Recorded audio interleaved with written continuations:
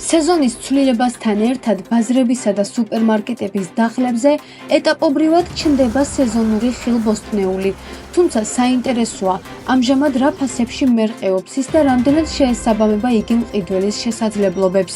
მარნეულის ბაზარში ჩატარებული გამოკითხვის შედეგად გამოიკვეთა, რომ მყიდველთა რაოდენობა მნიშვნელოვნად შემცირებულია, რაც უმეტესწილად ხილ-ბოსტნეულზე არსებული მაღალი ფასებით არის განპირობებული. წელს შეიძლება ითქვას, რომ ხილი ძალიან ძვირია, სამწუხაროდ ამ მიზეზით ხშირად ვერ ვახერხებ ყიდვას. ძალიან ძვირია, ფაქტობრივად ვერ ყიდულობთ, თუმცა სხვა გზა არ გვაქვს.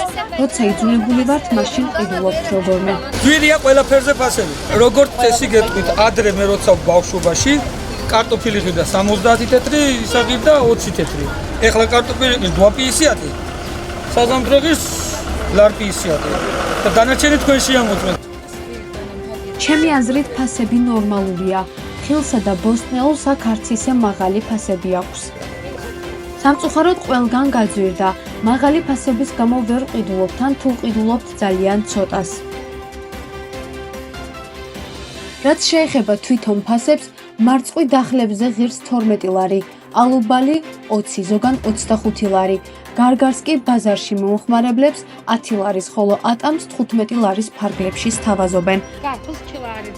1 კილოგრამის საზამთრო 2 ლარი ღირს, ატამი 18 ლარი, მარწყვი 12 ლარი, ალუბალი 20 ლარი, გარგარი 10 ლარი, ატამი 10 ლარი, კიტრი 1,5 2 ლარი, პომიდორი 3 ლარიან 3 ლარ ნახევარი, კარტოფილი 1,5 ლარი, სტაფილო 2 ლარი. ამას რა თქმა უნდა დიდი გავლენა აქვს ჩვენს შემოსავალზე. ფაქტობრივად არ ყიდულობენ ძალიან იშვიათად, ისიც მცირე რაოდენობით. მარწყვი 10-15 ლარი ღირს. ჯერჯერობით 100-ია ფასები და ნახოთ რა შეიცვლება. შეიძლება ითქვას, რომ უმეტესად არ ყიდულობენ. ამ ეტაპზე მარწყვი 10 ლარი ღირს, ატამი 6 ლარი, გარგარი კი 3 ლარი. ჩვენ ხილ-ბოსტნეულს თუ ძვირად ვყიდულობთ, ძვირადაც ვყიდით, თუ არა და პირიქით, იაფ-სიაფად ვყიდით. ბოლო პერიოდია შეინიშნება, რომ საერთოდ არ დადიან მომხმარებლები, თქვენც კი ხედავთ ამას. გამყიდველების თქმით, წლევანდელ სეზონზე ხილი საგრძნობლად გაძვირდა, განსაკუთრებით კი ალუბლის ფასი გამოირჩევა მაღალი ფასით. არსებული მდგომარეობა ნათლად მიუთითებს იმაზე, რომ მომდევნო კვირებში ფასების ცვლილების დინამიკა მომხმარებლებისთვის ისევ ყურადღების ცენტრში დარჩება.